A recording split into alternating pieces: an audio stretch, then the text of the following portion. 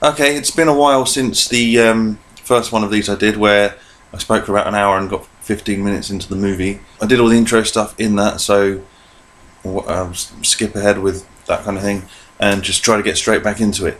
Yeah, because it's been a bit of a while since I did it before. I can't remember exactly what it said, so hopefully I won't be repeating myself too much. But I know I covered a lot of ground. I think I put a lot of groundwork into what was going on before the movie even started. So maybe things will come up again, but hopefully not. Anyway, let's get on with it. That's a strange thing. So this is the exact moment Force Awakens ended. In fact, this is kind of going back in time a little bit because you see this scene at the end of Force Awakens. You kind of assume that this is going on at the same time as Finn's waking up from back to suit sleep.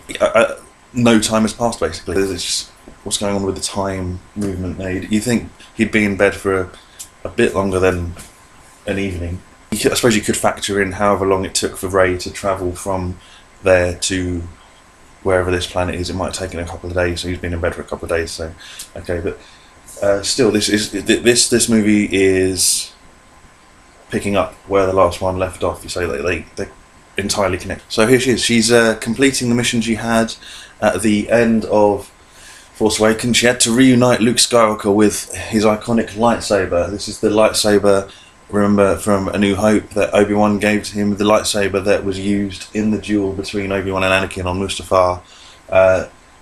It's like a family heirloom. It's had a lot of history. Luke's had it. He trained with it. He lost it on Bespin when he lost his hand. We still don't know how it got found and how it ended up in Maz Kanata's possession. When it would have fallen out and probably landed on that mining planet where Bespin. So we don't know how it's come back, but it's amazing. He's got his lightsaber back that kind of represents his Jedi life and everything. This is exciting. This is what the whole last movie was about. Let's find Luke Skywalker, bring him his lightsaber, and remind him of what he's meant to be doing.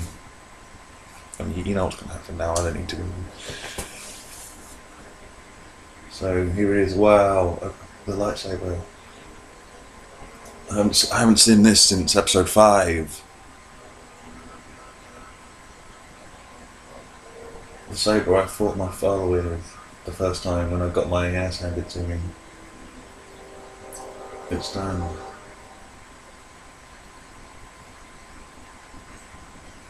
And so this is where one of the main. This is like the poster child for the whole "this movie subverts expectations" thing.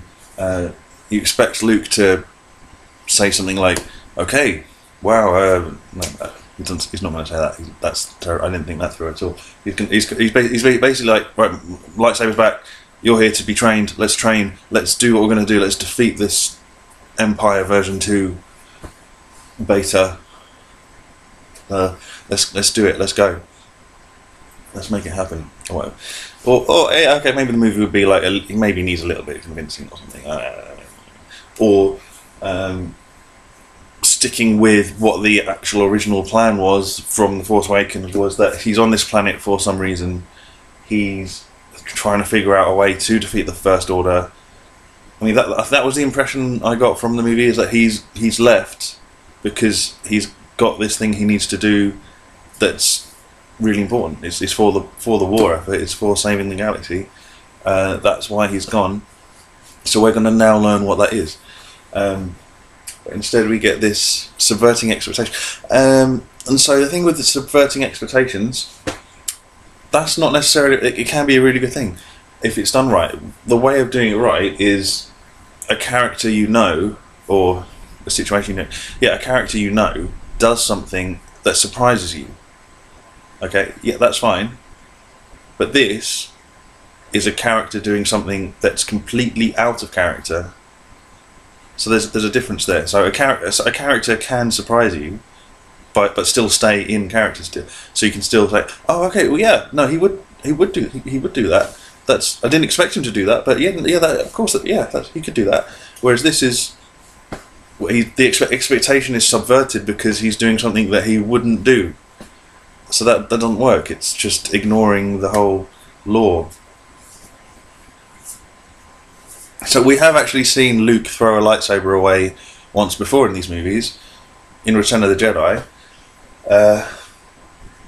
the Emperor tells him to finish his father off, and he throws his lightsaber aside and says, "No, I am a Jedi. I don't do that kind of thing. I don't strike people down in cold blood. The fight is over." So in that sense, he throws the saber away to say, "No, I am a Jedi." But here, he's throwing the saber away to say the exact opposite. I'm throwing it away because I don't want to be a Jedi anymore. And the reason he doesn't want to be a Jedi anymore is because he's fed up of the conflict and all the fighting, and doesn't want to be a part of it anymore. He doesn't want to be causing any of it anymore. He thinks the Jedi are a big part of what that is and what the problems are. So he doesn't want to be a part of that anymore. So he's just separating himself from all of it. Literally cuts himself off from the Force. And just says, "No, I'm going to go and hide on this little island and wait to die." And Mark Hamill himself has said several times, this isn't the Luke he knows. And yeah, us fans recognise the same thing. He's not the Luke we know. The Luke we know is the optimistic guy who, he face to face with Darth Vader, who's like the second most evil person in the galaxy, and says, "I can see the good in you, and I want to save you." So somehow he can do that, but when it comes to the entire galaxy, or his nephew, who actually hadn't turned evil at the point what we see later in this movie, he can't see the good in him. He's just going to take him out. I mean, it's a moment. They make it. It's a moment thought. Oh, no, maybe I should just end this right now, but he decides not to. Which, you can kind of understand. Oh, there's a bit of fear there. You can see another Darth Vader in the making, and all the pain that's going to come. I could just stop. I could just stop this now, but I think Luke's first instinct probably wouldn't be to switch on the lightsaber. It would be to teach him better. Put more attention on bringing him into the light side.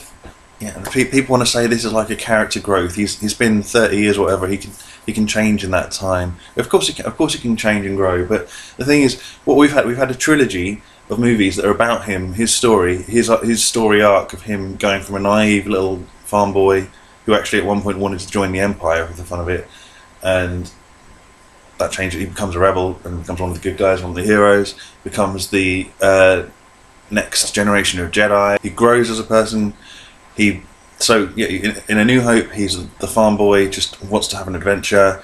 In the second one, he's still that guy, and Yoda trains him and kind of smartens him up a bit, and then he has no, I've got to go save my friends, and kind of works out, but he gets beaten up. And then by Return of the Jedi, he's really different, but it's not a bad. It's a growth. He's learned his lessons from last time, and now he's smart. He's planning things. He's not just rushing in there. So they had that whole convoluted plan about saving Han Solo. It was smart. It was it had lots of layers to it. They'd sent in Lando first to get in undercover. Then they sent in Leia so she could go in undercover. Now I don't know if it was part of the plan that she was supposed to save Han or get Han out of the carbonite at that point, because you can kind of see there's a weird thing there with Lando. You don't know how long he'd been there, but he'd been there a while. He's settled in, and he hadn't made a move. Maybe you can kind of see it as like he's the gambler, he's the businessman. He's waiting for the right opportunity to save Han, and he hasn't seen it yet, so he doesn't make a move. But when Leia comes in, she's the lover. She just wants to get in out. She just wants to get in, get the job done, in and out. Bosh, or should we say boosh? Anyway, so she gets in. Gets Han out of the carbonite, but it kind of, you can tell it's like a passion thing. Maybe she didn't think it through quite that thoroughly, because she didn't realise that Jabba and his whole entourage were asleep just behind the curtain right there, and also Chewbacca at that point was in prison. So I guess the plan at that stage was, okay, now Han's free, there's two of us, and three including Lando, I guess, to quickly dash down to the prison cells and bust Chewbacca out, and then we all make a run for it.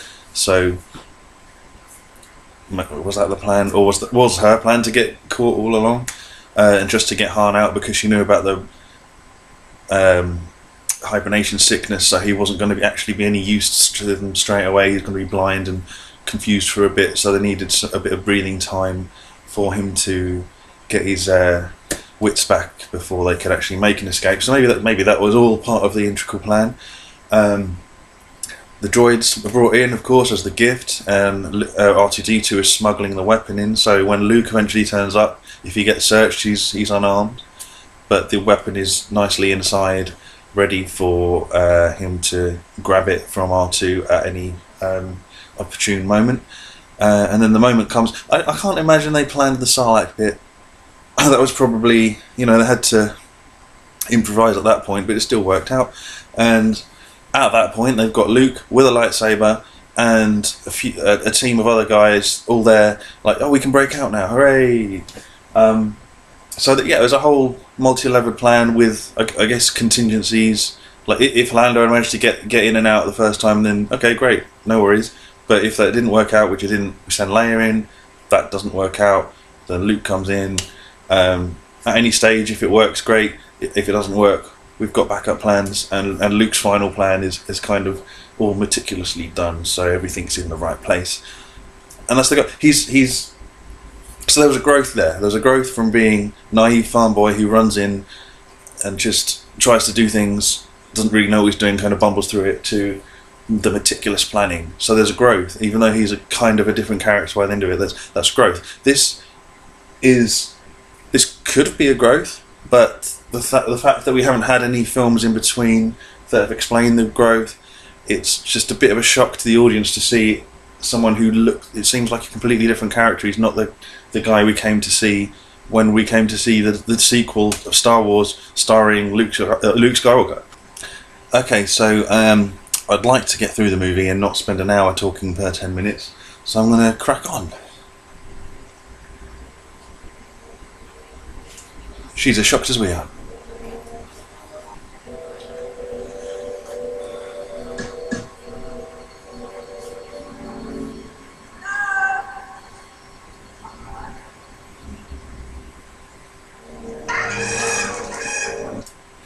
So here we have the first appearance of a Porg, which would be just some cute thing to merchandise, sell plushies.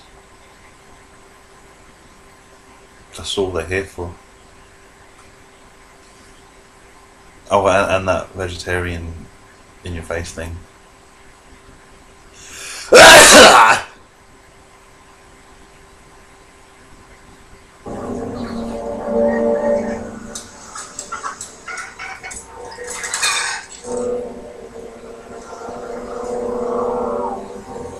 So, yeah, she's like, what was that last movie about? Bringing the lightsaber here to him? I don't know, what's happening now? Oh, X-Wing in the water. It looks a bit like how it was in Dagobah, where it crash landed and then it gets lifted out of the water. So this kind of fills us with the expectation that at some point Luke or Rey is going to lift the X-Wing out of the water, just like in the other film. And to my recollection, that doesn't happen. Which, I mean, I think that's probably a subverting expectations. Oh, that thing you thought was going to happen didn't happen. But then I'm not going to complain too much, because if it did happen, then it would just be like, oh, they're just copying Empire Strikes Back again, which they do, like, in every other scene. So I mean, why didn't they bother with this? Just why is it? His X-Wing's got nothing to do with being a Jedi. He doesn't have to crash the X-Wing to stop being. Although I guess that means that's his way off the island, so he can't change his mind now. If he did want to leave, but then he could change his mind, because no, he can't change his mind, because I was about to say he could change his mind by lifting it out, but then he can't lift it out, so because he's got no force, because he cut himself off from the force. But then again, at the end of the movie, he reconnects himself with the force and does all the force stuff. So I guess at any point he can just reconnect with the force and do. So yeah, they're really roundabout. There is actually no point crashing the X-wing, because if he really wanted to get off the island, he could just reconnect with the Force, lift it out of the river, sea, the ocean, and then get in it. So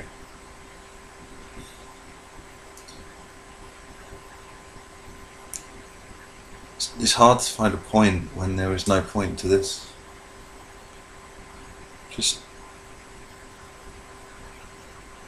so okay, he wants to stay on the island and die. So he crashes the X-wing, leaves it in the ocean. Well, he leaves it in the ocean. It doesn't look like it's been crashed, so it's ruined. That would have been a better idea, to actually crash it and destroy it if he didn't want to use it. But he's just left it in the ocean, so he could Force power lift it up. But then he cuts himself off from the Force, so he can't do that because he has no Force powers to do that. But at any point he can reconnect himself with the Force, which means that following that he could then lift the X-wing out of the ocean and get in it and fly away, on the assumption that it doesn't get its parts flooded with the water and ruined that way. But then that didn't happen on Dagobah, so I guess it wouldn't happen here either. So he could have just landed it, unless there's nowhere on the island that's sort of flat enough to land it. Maybe that's why he left it in the sea. Yes, that's the best explanation. That makes the most sense. There was no large flat area to land, so he just left it in the sea. I'm going to go with that.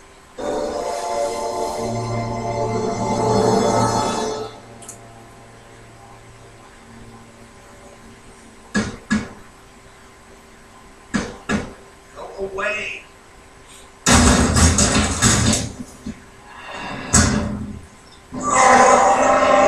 What are you doing here? He said you're coming back with us. So, okay, Luke's a bit more responsive to Chewbacca than the strange girl he's never met before holding his lightsaber. They should have sent Chewbacca in for his old friend. R2-D2's on the Falcon too. If Chewie and R2 rocked up and was like, hey, in their respective languages, rah, rah, rah, that saying, Leia, need your help, big trouble, Han just died, and stuff, we really need you now. He might have been a bit more responsive, rather than stranger pointing his own lightsaber at him. Maybe that's why he got confused. What's going? Well, who's this girl pointing my own lightsaber at my face? Tentatively reaches out, takes it from her, keeps his eye on her for a minute. I don't have the Force right this minute. I want to get into a fight. I'm going to remove the weapon from this situation. I've explained the scene to myself. It makes sense now. And then, when nothing happens, the fight doesn't start. He just marches off, gets in his house with the metal door. She can't get in here. Bang! The door's down. Uh-oh. I'm in trouble again. And, oh, it's Chewbacca. Okay. Let's have a conversation.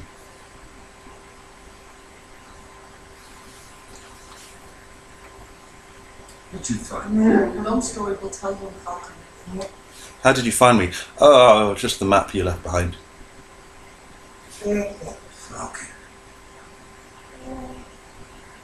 Wait. Where's Han? Okay, so where's Han?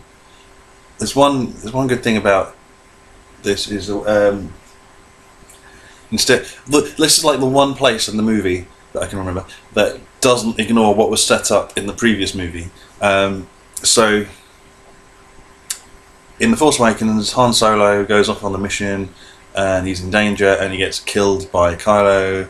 And if you remember in Empire Strikes Back, when Han and Leia are in danger, Luke had the premonition and it's like, oh, my friend's in danger, I've got to go rescue them. So in The Force Awakens, why didn't Luke go and rescue why didn't he sense that there was danger and he'd go and save Han from getting killed? And the explanation is because he didn't have Force powers anymore, so he didn't feel it, he didn't get... So, I mean, that would make some sense, but it's like the only thing. And when you've only got one thing out of 100, you have to cling on to it if you want to still like the movie.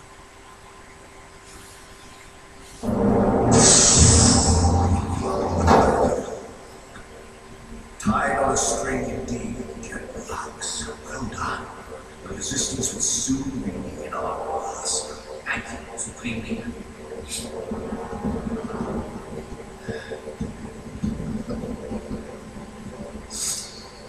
And you wonder why a rabbit cur is such a place of power.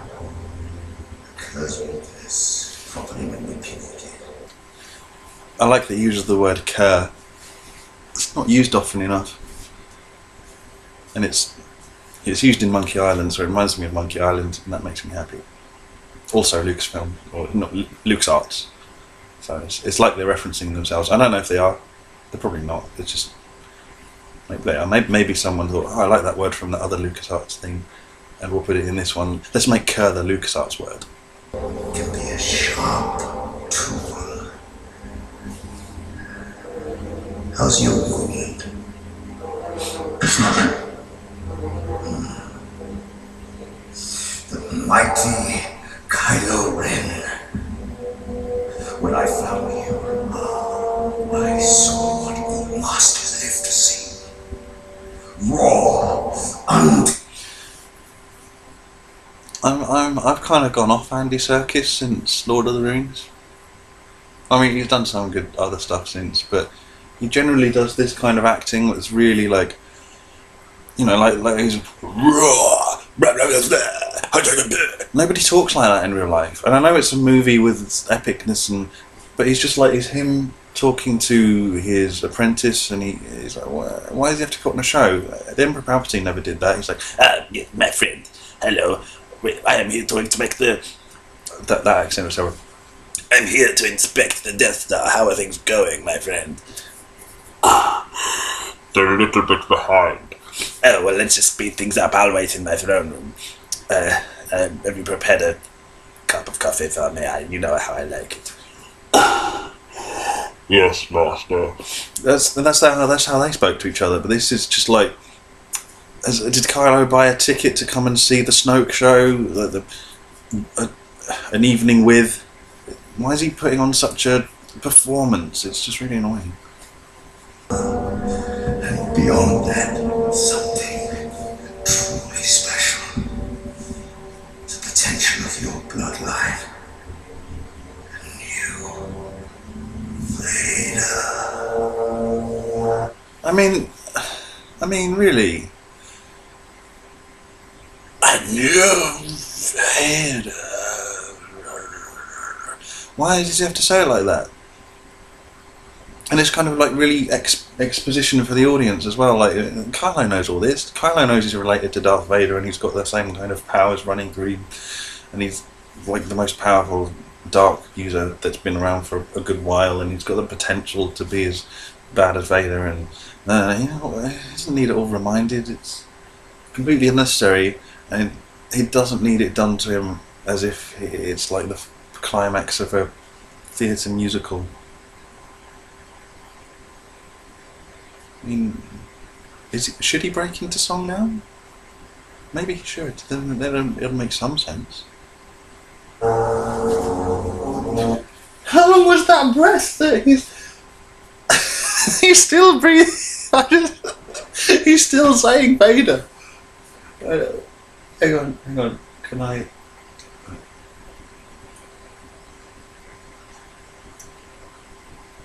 Come up a little bit.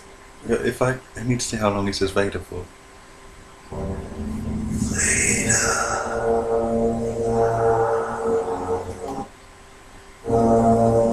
That was a full 5 seconds. A full 5 seconds it took him to say Vader. A new Darth Vader. New Darth Vader.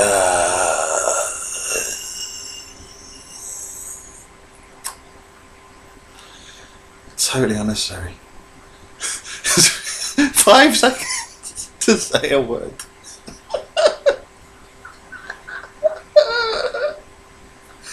Five seconds. Let's see though. Nope, too far. Your bloodline. You, Vader.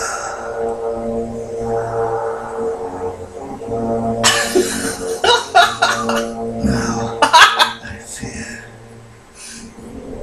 I was mistaken. If that was Palpatine saying the line, it would have been like, there's just this is really like really fake drama. But I think if Palpatine had said it, he would have said it much more naturally, and it would have been more menacing. So, you could have been a new Darth Vader, but now I think I'm mistaken. No, that was just the first take. That was you'd have a couple of takes and go with the best one. But I mean, that was. I still think that was an improvement. You could have been the new Vader, but now I think I'm mistaken. Yeah, there we go. Just a few more practices, that'll be nailed, especially if I practice the impression as well, because that's a few miles off.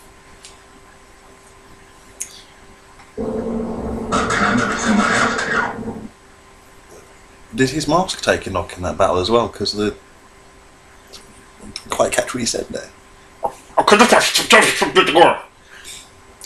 He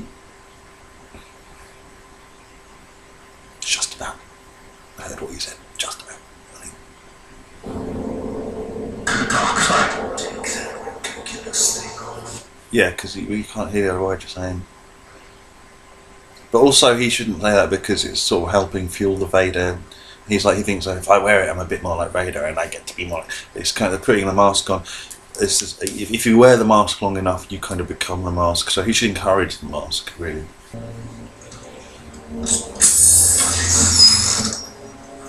It made the same noise as the Vader mask when it came off. What is this scar? I've never seen a scar that looks like that before. It really looks like they've just got like a kid's plaster and painted it to make it look evil. Just put it on and then a bit of skin tone. I mean, this is Disney and Lucasfilm, like the biggest movie company. Lucasfilm renowned for special effects. Disney just can throw money at anything as much as they want. On bottomless bank account, Disney plus Lucasfilm. How does it look like they've just put a naughty plaster? Oh, when it's supposed to look like a burn scar. It's terrible. It's really distracting.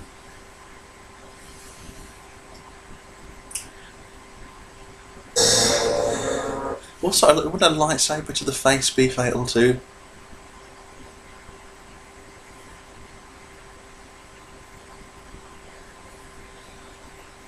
There it is. You have too much of your father's heart in you. Young son, I killed Han Solo. Killed Han Solo, so yeah, he did. Ruined Star Wars.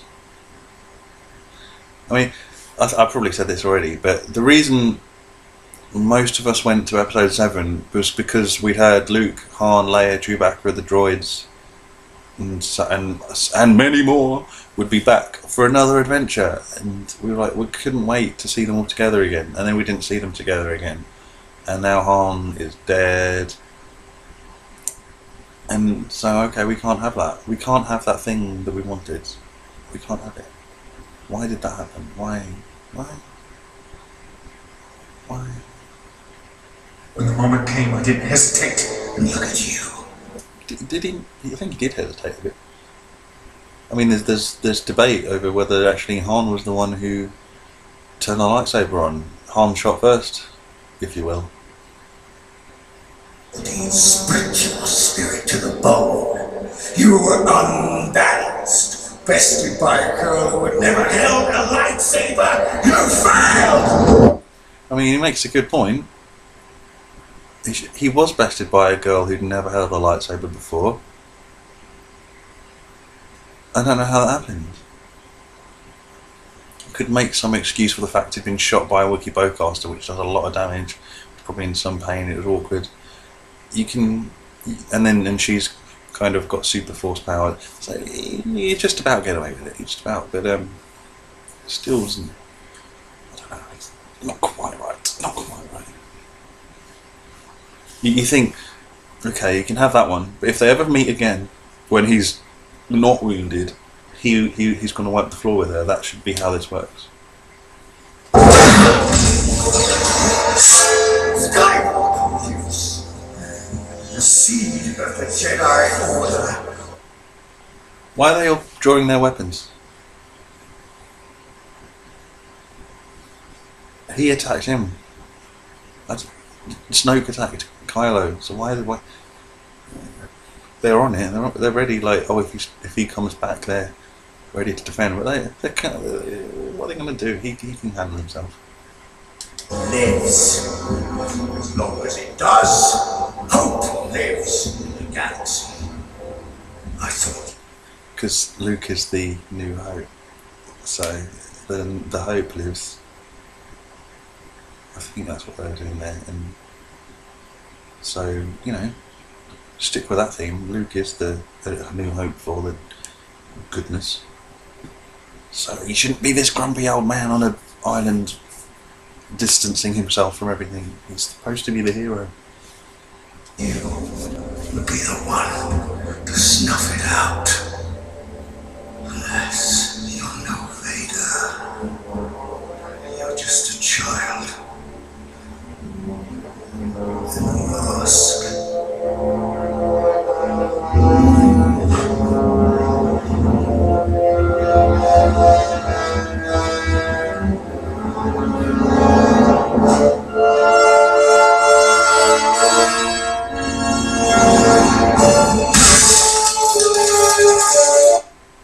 Okay, so now he's smashing the mask as a kind of symbol that his thing isn't, I want to be the new Vader anymore. It's like, I don't want to be, I don't know, is that what he's doing? He's distancing himself from the Vader thing. But that was his thing in the first movie, is that I'm a big Vader fanboy, and that's basically why I'm doing what I'm doing. Is he's my idol, I want to be like him, that's my motivation. So now you're taking the motivation away from the guy, and he's just angsty teen now. It doesn't make for a great epic sci-fi fantasy villain. There's no light left in Kylo Ren. He's only getting stronger. The First Order will control all the major systems within weeks. Okay, so this sounds like loads of stuff you'd have heard about Vader before. Like, that's what everyone would. Vader's just this completely lost cause. He's just the worst person. We must destroy him and everything he's doing. And when Luke heard that about Vader, he was like, no, there's good in him. He's my father, and I can bring him back. But like, Kylo's got so much more going for him in that front than Vader. Like Vader completely gave himself over, where Kylo's still in a kind of transitional. He's still trying to prove himself, but not. It's like he's got so much more to work with. Why would you give up on him so easily? I just You said. think what? I'm gonna walk out with a laser sword and face down the whole First Order? I mean, to be fair, maybe not that exactly, but near enough, please. No, he never did that. You know, I suppose the closest he would have done to that was when, in A New Hope, he was the last X-wing who was able to take down the Death Star on his own, basically. But he had help there as well. So we're not expecting him to do it completely solo. But, and we know a Jedi can't take on an army alone, because we saw what happened in Order 66. They've got this reputation for being superhuman, like everything, but really they're not really. They're not like a Superman. They're more like kind of like a Batman, I guess. Where Batman doesn't have superpowers, but he's really awesome. Although with a Jedi, it's more they have superpowers, but they're just not that amazing comparatively. So yeah, they wouldn't be able to take out a whole lot. In computer games they can, but that's a different thing. We don't. So we kind of want Luke to do something, like be a leader at least, you know, and plan stuff, help in some way, do something important. And then again, at the end of the movie, he kind of does what he just said anyway, although he does it in his own special way.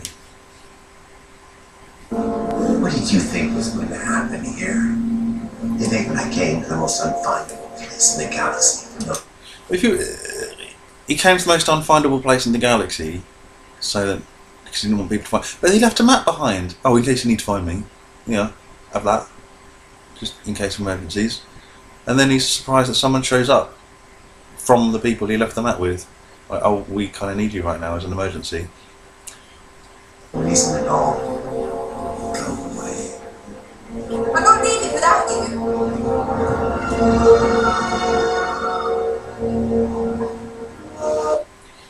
So why didn't Leia come? If Leia, like Chewbacca's come, R2's come. R2 hasn't even come out of the ship at this point though. He's still in. So if Chewbacca R2D2 had come and spoke to him instead of this stranger, if Leia had come along, then Leia, Chewie, R2 come together to talk to him. Like, we need you right now. Surely that would have carried a lot more weight than I need you to come back, and I also need you to train me to be the next big Jedi. Also, it's a big ask. It's baby steps. Like, come back. Oh, now you're here. Could we use your skills to defeat the First Order? Oh, and also this girl's got promise in the Force. Take her with you and start that. Like, oh, I suppose as I'm here, you know, rather than just lumping it all like at the front end. We need you to do everything right now. No, we came here to die. Go away.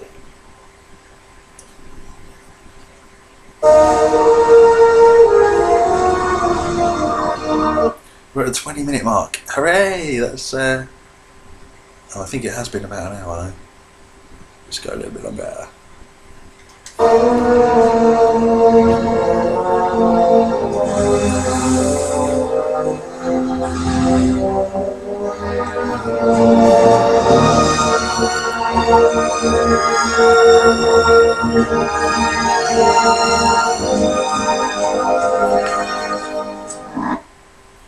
So I like all those island shots. Remember the movie Avatar got all this kind of praise, like, oh, look how beautiful it is, it's amazing, wow. And it's just like, well, it's all CGI, they can do whatever they want with CGI. I mean, it's nice artwork, yeah, but like, it's not compared to something like this where they've actually shot a real island that looks interesting and alien and beautiful. Like, there's so much, yeah, it's so much better. And I was just like, when Avatar, I was comparing it to Jurassic Park, like, where they was going to Jurassic Park, the islands, and with the helicopters flying through, and they got the music, na na na na na, and it's like, wow, that's real, that's amazing. Avatar is just, look at the painting I did. No, shut up. And here we have the space milk cow thing. It's a kind of, I suppose it kind of harks back to the blue milk in A New Hope. It's kind of unnecessary, and I suppose it shows what Luke's been living on while he's here. It's just weird. Does a Star Wars movie need a alien cow boob sucking scene? Does it? What does this add apart from weirdness?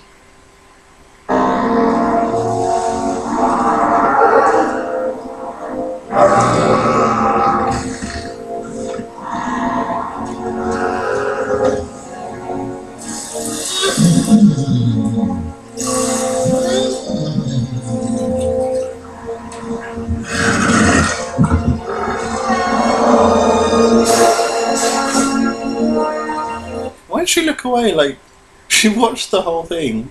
She watched the milking and the drinking and all the weirdness, and once it was over, I suppose I shouldn't be watching this. No, you've seen the weird bit now.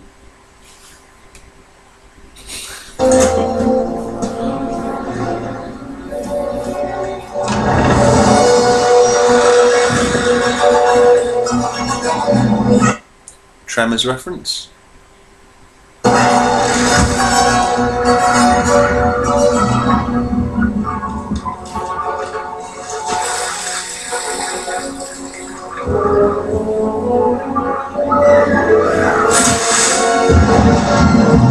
Is there any need to fish from that height? You can get a bit closer, surely. I mean, was that weird cow thing was right by the water, but then I fished that just there. Or like round the corner? Why does he have to go to the top of the cliff with a... Where did he find a stick that long? So...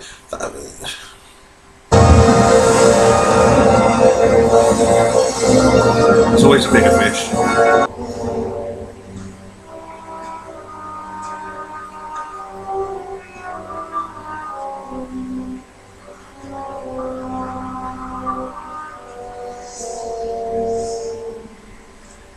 Okay, so she comes to this tree with this sacred Jedi texts in it, and I remember later on when they get burned and Luke's like, "The sacred texts, no!" It's just like, since whenever the Jedi had sacred texts? I don't even remember them being mentioned in like any expanded universe stuff or anything. Sacred. There's a code which is just like a paragraph that they all memorise. That's not a... what is in these texts? What is it? If there's a history of the Jedi, that should be a history. Surely that would be, this is how we formed. It wouldn't really be sacred, and there'd probably be multiple copies and very easy to get hold of. Maybe some instructions on how to focus your power, but again, that's like standard issue textbook given out at Jedi academies or something. What are these? Where have these come from? And also, why is it written on paper in like paper parchment books? It's always been, as far as I remember, you've had these things called Jedi holocrons, which is like some sort of digital version of a book. You plug it into a computer of some kind, and you get images. You know, it's since when? When has this been a thing? Sacred Jedi texts. Where's this come from? It's just not established at all. It's come out of nowhere, and now we're supposed to care. Who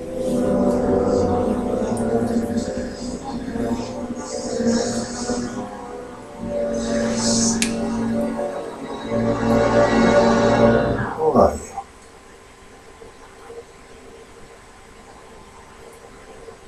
I know this place.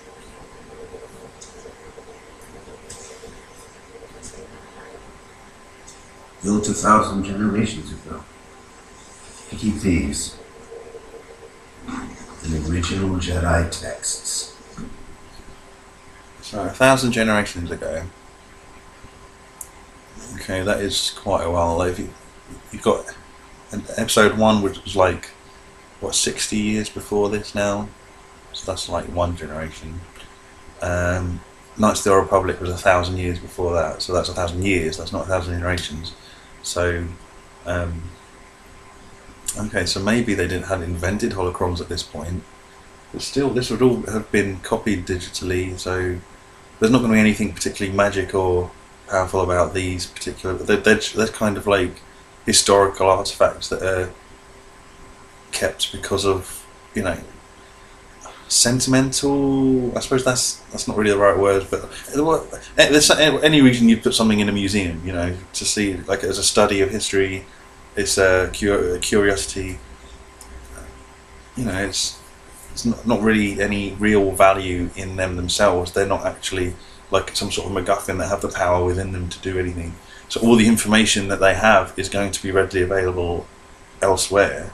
It's nice to have the originals, really, really amazing, but there's not really anything to them that matters that much. So that's what, yeah. If you have something that's 1,000 generations old, how many does it, like, this can be 60,000 years old?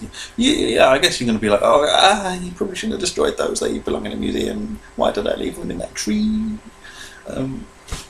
Yeah, it's kind of, if you're worried about the information in them, that's safe at least. Just like me. They're the last of the Jedi religion. I think it's weird he uses the word religion. I think it's... The Jedi has been referred to as a religion once in the movies before, I think. And that was by... Well, you had Han saying ancient religions and like mocking. And I think Tarkin said something as well to Vader, like, you're the last remainder of your religion. And both of them are kind of like using it as a derogatory thing. So for an actual Jedi to use that word, it seems like it's a bit out of place.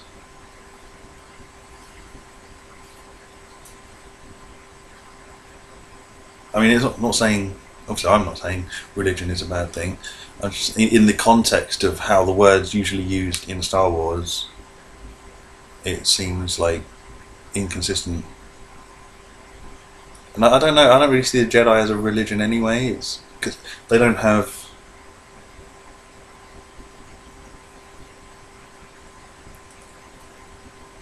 So they're kind of, it's more of like a philosophy, I guess. If you use it in that way, this is a way of living. This is the way we do things. It doesn't have a kind of like, it doesn't have a creation story as far as I know. It doesn't have a thing about. Well, it does have kind of as an afterlife thing because they've got the Force ghosts, so they believe in an afterlife because they've seen people being alive after death. And oh yeah, that's what you could call it a religion. It just seems a little out of place, but it's not really something to get too hung up on. Why is that flashing so much? What's going on?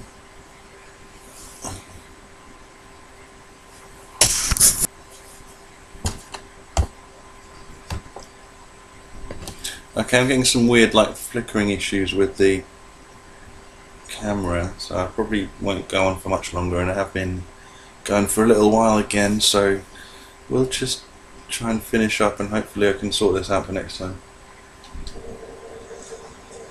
You've seen this place. You've seen this island. The trees. Who are you? The Resistance sent me. So that's the second time he's asked, "Who are you?" Like, he's expecting someone, and there was a thing in the last movie about the girl. Who was the girl? Like they know there's something about a girl. Like she could be Kylo's sister or something, or some sort of relation to somebody important. Or she is someone important, and then there's a reason why she was left on that planet. There's something about her that, and obviously the way she's so super force sensitive and everything. There is some relevance, and these people know about it. Sent you. What's special about you? Where are you from? Nowhere. No one's from nowhere. Jakku. Alright, that is pretty much nowhere. Yeah, there's a lot of people complain about the humour in this movie, and I think like it gets there are a lot of places where the criticisms are justified, like the earlier "your mother" phone call, like that. Yeah, that little gag, that was perfectly fine. And there's plenty of other ones that are completely fine. I mean, it's not a lot of the other movies had no humour in them either. Like the classic one in Jabba's palace. How are we doing? Oh, same as always. Oh, that bad, huh? You know, it's great. It's part of what the films are. Why are you here, right from nowhere? The Resistance sent me. We need your help. The First Order's become unstoppable. Why are you here? Yeah, why are you here? Why isn't Leia here? Because it makes more sense for Leia to be here. She's my sister, and we've got a lot of history. Why are you here?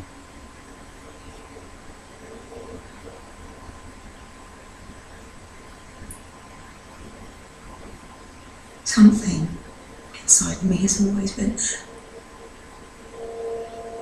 And now it's awake.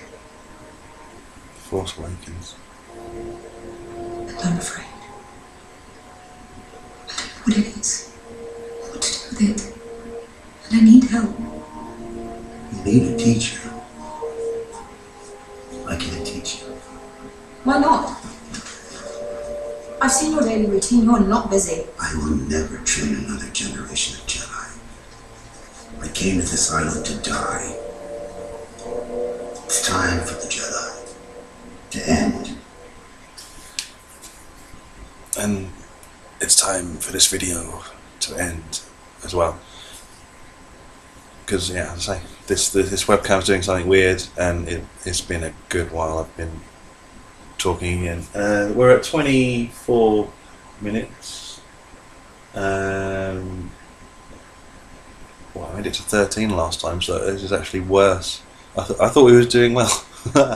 um, but yeah, we've covered a lot of ground, so maybe next time we'll be able to get further, because again, lots of groundwork in at the beginning, so I don't have to repeat it later. Hopefully that's how this will work out, otherwise there's going to be a whole lot of these in this series. See you next time.